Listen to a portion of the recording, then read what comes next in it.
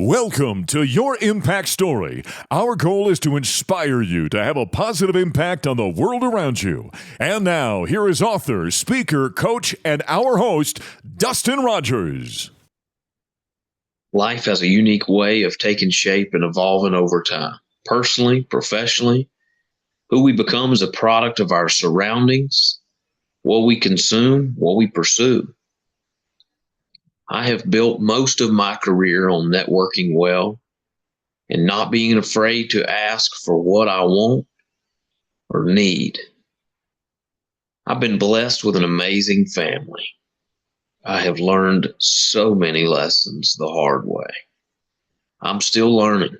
I'm still growing. This podcast is a look at the man behind the mic. I'm Dustin Rogers. This is your Impact Story. I grew up the oldest of two children. My parents were hardworking small business owners. I have great memories of my childhood and early life. Never needed for anything. I was raised in church. My faith grew from an early age. Active in sports, riding dirt bikes, mountain bikes on the land behind my parents' house. I spent lots of time after school on my grandparents' farm. My love for agriculture grew from feeding cows and working a few summers on my great uncle's farm in South Carolina, priming tobacco. My first high school memory was hearing that the FFA went to the farm show in January. I wasn't even in ag classes my freshman year, but the teacher told me that if I joined FFA, I could go to the farm show. At 15, my love for ag grew even deeper when my family built a barn on the backside of the family farm. My dad bought me 2 semi-tall heifers. I started showing cows and raising my own herd of cattle at that time. I wrestled and played football. I was a good student. Probably could have been a great student if I applied myself more. I created lots of great memories with friends in and out of school. Most of my free time was spent fishing, hunting, or on the farm. My sophomore year, I attended a Wake Forest football game with my church youth group. That day became one of the most life-changing days of my life. I remember throwing football, hanging out, tailgating with our group before the game. I caught the eye of the most beautiful blonde that I had ever seen. And when she saw me, she smiled at me too. Every decision I made in life from that moment on was based on my desire to put that smile on that face. I won't skip through all the good parts of the greatest love story ever told, but you'll hear plenty more of that on this episode and in future episodes.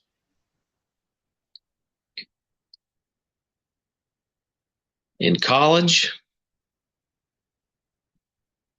I went to Surrey Community College. From there, we went to UNCW. There was only one thing I wanted at UNCW, and I obtained that. She got a degree and a minor in just 3 years. I did lots of fishing, got lots of credit hours, but did not complete my degree.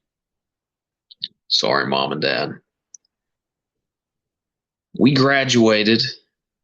She graduated. Not we. She graduated. And the very next weekend, we got married. Started our lives together with absolutely nothing. Truly living on love. She got a job. I had somewhat of a job. After high school, I had gone and gotten my auction license, not with the intent to go back into the family business, but with the intent that maybe I could make a little extra money in the auction business. After we got married, we stayed in Wilmington for a few months and then moved back home. I went to work for the family business, which quickly I realized was not as easy as my family had made it look. I was 21 years old. I knew nothing. Not near as much as I thought I knew. But I went to work, she went to work, and we lived on love. Our first year as a married couple, our combined household income was $17,000.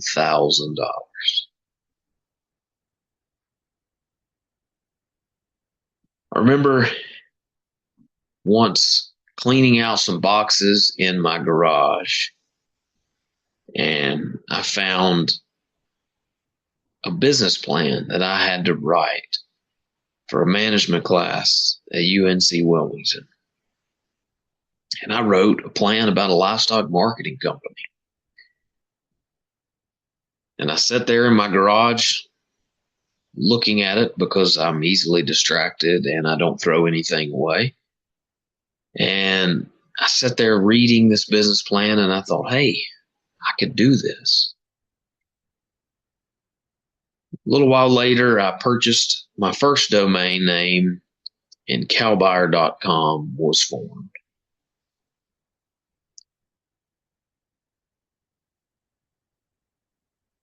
I remember coming home from work, and we only lived a few miles from my office. So my drive home took maybe 10 minutes if I was going slow. And I remember being on my way home from work one day, and my wife called, and I could just hear in her voice something different in her voice that day. And she said, hey, when are you coming home? Yeah, I'm on my way. Everything okay? Yeah, I just miss you. I can't wait for you to be home. I could just tell there was something different. And I said, you're pregnant, aren't you? She said, yep. And I remember going home and celebrating. And in July of the next year, our daughter was born.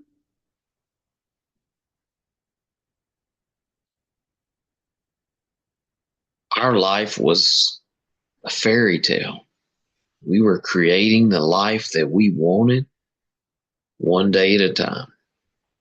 We had nothing other than each other and our home. We had vehicles to drive. We put food on the table.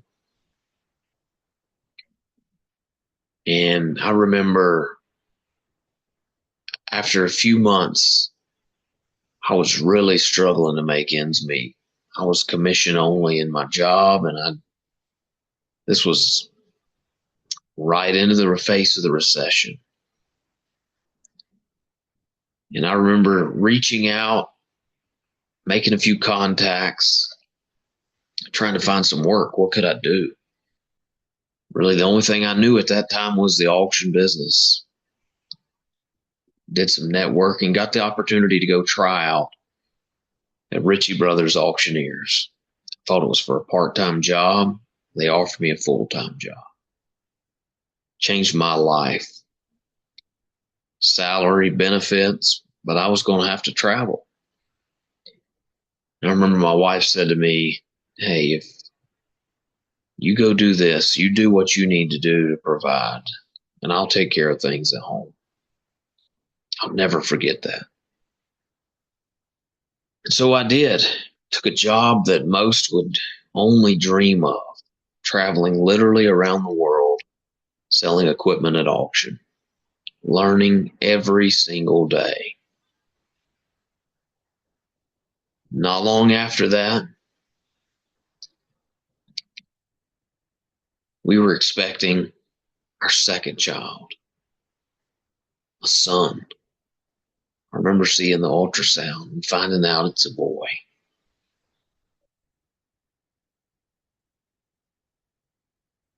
Life was a fairy tale. Our bills were being paid. I had work. I did travel, but when I was at home, I was home. I didn't have other work I had to do for the company. Such an amazing and unique and special job at the time. And our life was perfect. Sweet little girl at home, a beautiful wife, and a little boy on the way. The complete, perfect family package. December 2009. I remember going to sleep in my daughter's room. She did not go to sleep well. I fell asleep beside her. It was the day bed at the time. We had just turned it from a crib to a day bed to get her to sleep better. And I remember my wife waking me up in the middle of the night. She said, "Something's wrong. I can't feel the baby move."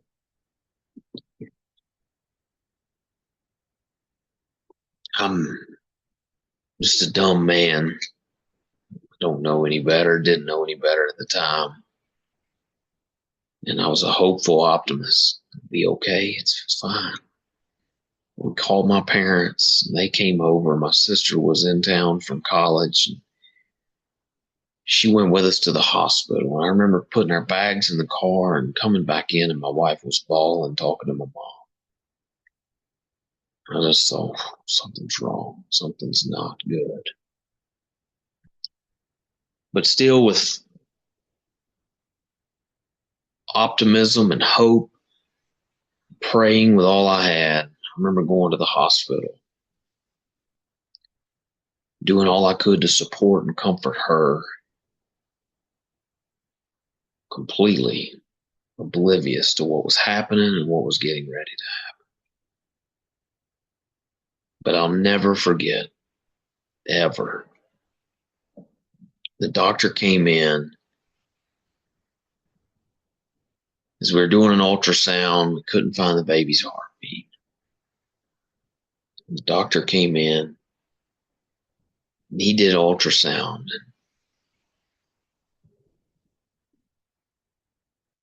I'll never forget watching that screen, seeing the doctor's face and him looking at us and just saying, "I'm sorry."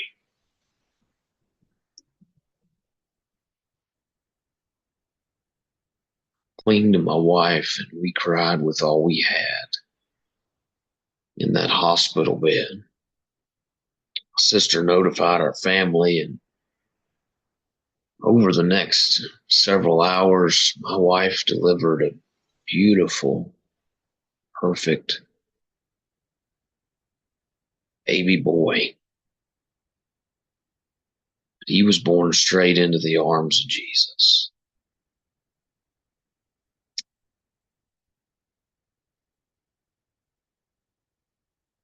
A few days later, I spoke at my son's funeral.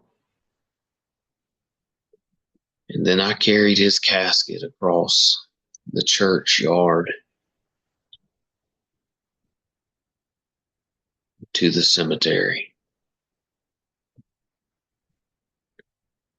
to his resting place where me and my wife will someday be buried beside of him.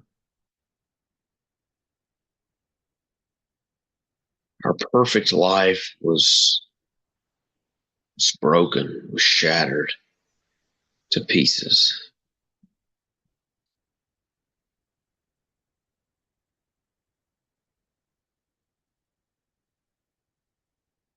Losing a child takes you to places you never thought you would go, truly to the depths of hell, the deepest, darkest pits of the earth. You fight anxiety, you fight depression. There's a lot of ways that could go. But for us, we prayed together. We held each other as husband and wife. We held our little girl.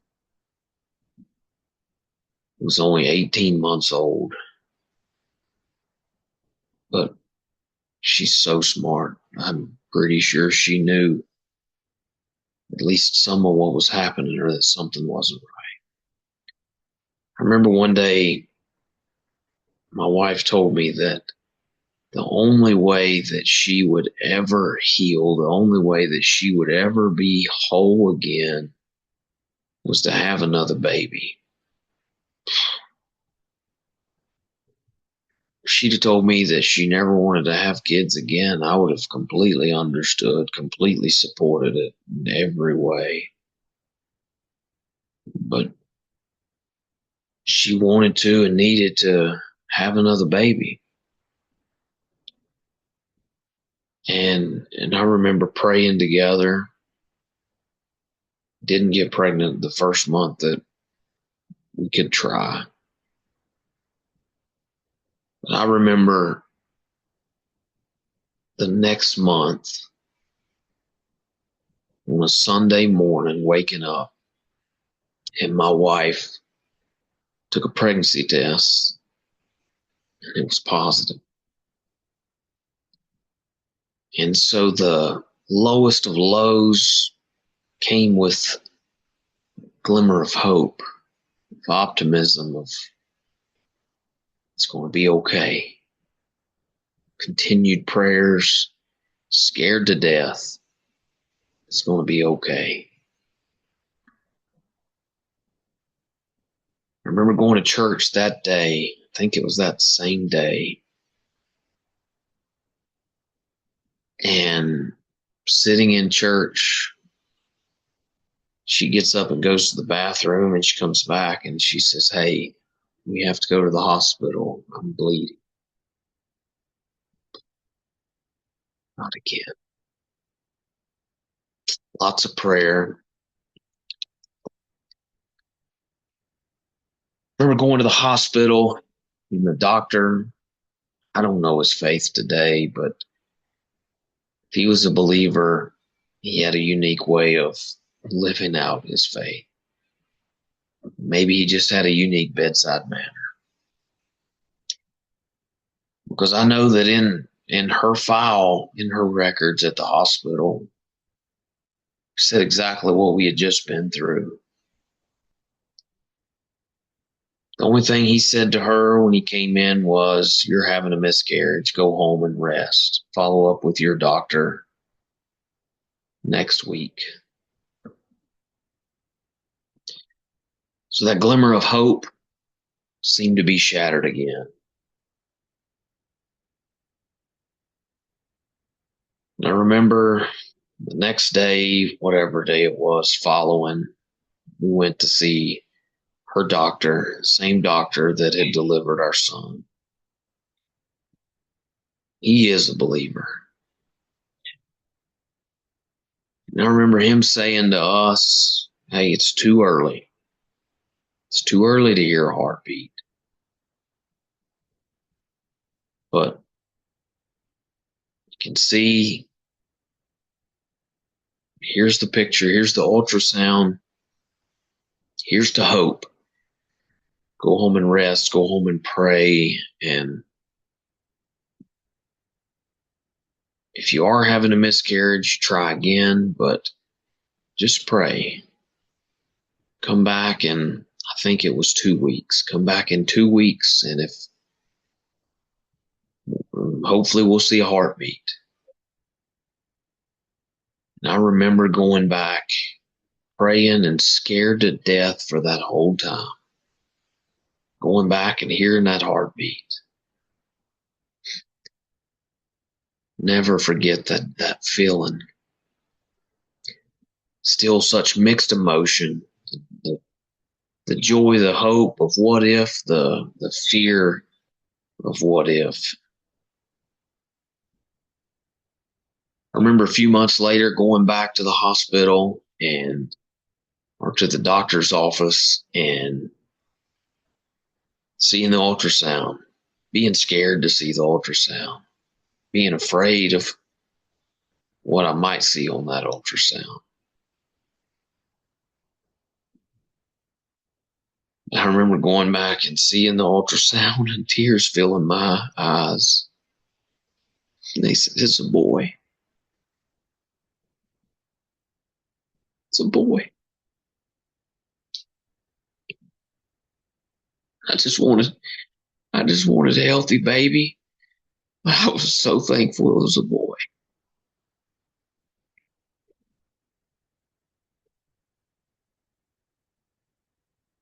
Remember, the next several months were so stressful because my wife had Braxton Hicks and contractions, and she went on bed rest. High risk pregnancy already. And it was a struggle each and every step of the way. She was so strong and she did everything possible, like she had done in both of her pregnancies before, to take care of that baby.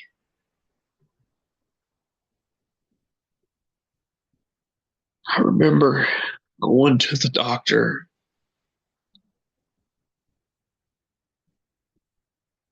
Started going more regular because it was a high risk pregnancy. And I remember being hooked up to a monitor, her, not me, being hooked up to a monitor, and just another day you hang out in there and you watch that monitor and you listen. It's just noise, and it's just printing out this long piece of paper. And we're sitting there and this paper's printing out, and the doctor came in, same doctor that delivered our son. He came in and he said, "Brittany, are you having any pain?" She said, "No, I'm okay." He said, "Well, you need to go to the hospital because you're in labor." It was early. Wasn't time yet. And hopeful optimist over here, I said, "Hey, I remember, same deal, riding to the hospital. We got our bag. Hey, it's probably just precaution, trying to just prepare her, support her. It's just precaution. It's okay. They're going to check us out, make sure he's good, and we'll go home to be okay." Remember going up the elevator and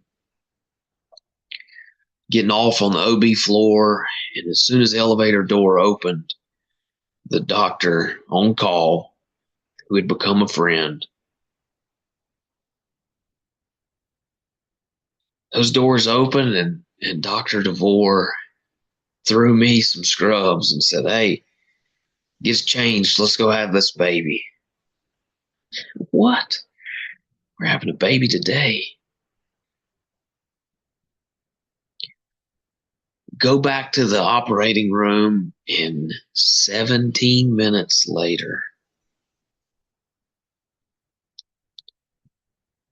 with the flickering lights, the power going off and on during the delivery, 17 minutes later, our son is born. And I'll never forget the nurse picking that baby up. And she said, "Oh my God, there's a knot." What I didn't tell you a few minutes ago is that we lost our first son to a knot in his cord. True knot, they call it. Talk about that on another episode.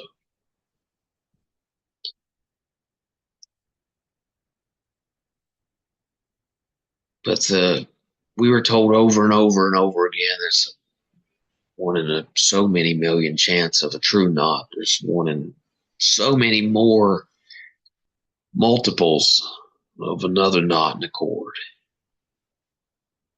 I saw it. This knot was there, but it wasn't tight.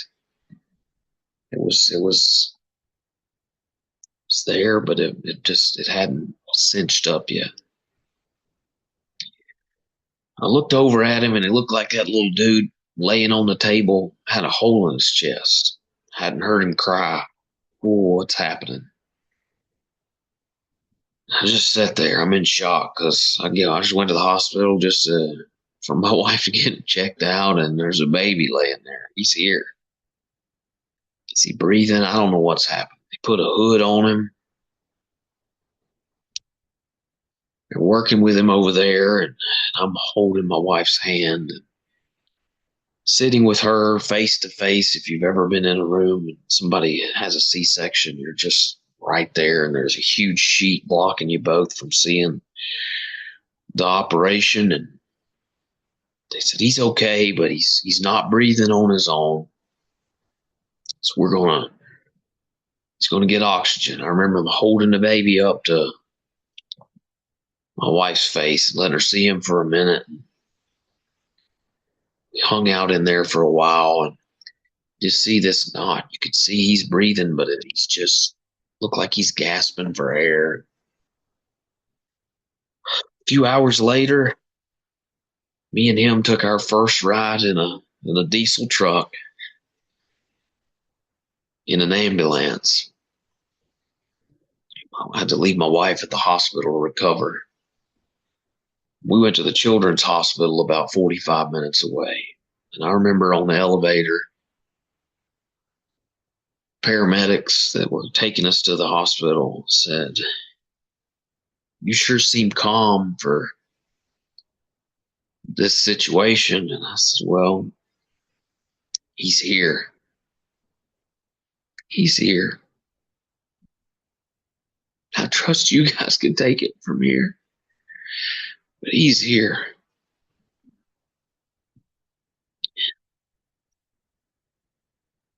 Our son had to be on a ventilator for that night. Had to get surfactant. There's another podcast episode to come. I got to stay in the Ronald McDonald House for 10 days.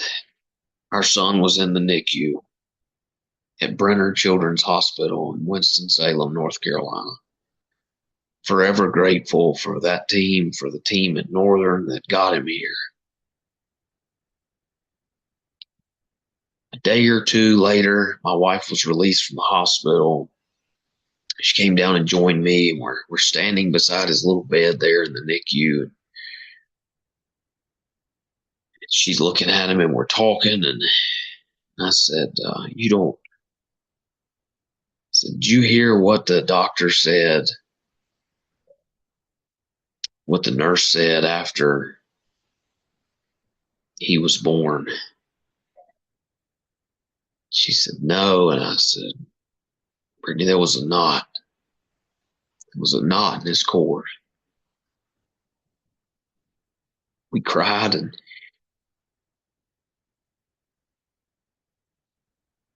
first she said, I can't do this again. Okay, good, me either. Me either. She said, you know that the day that he was born was one day in the term before we lost our son Ty. She told me that she had prayed all day that day because she was so scared to face the next day. Friends, I don't know what your faith is. I don't know if you believe in miracles, but I can tell you I do because I've lived them out. And God answers prayers, and he answered our prayers. And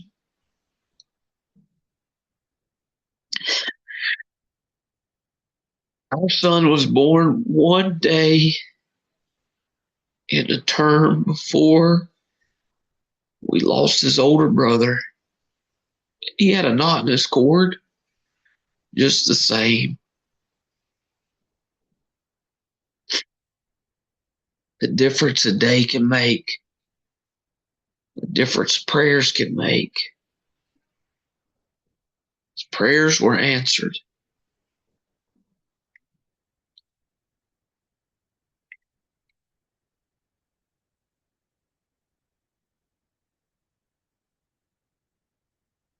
Today, if you know our son, he's wide open and active. He's healthy, he's athletic. Our older kids are both so amazing. I had planned to tell you a whole lot more in this episode of The Man Behind the Mic. I think this is a good place to stop.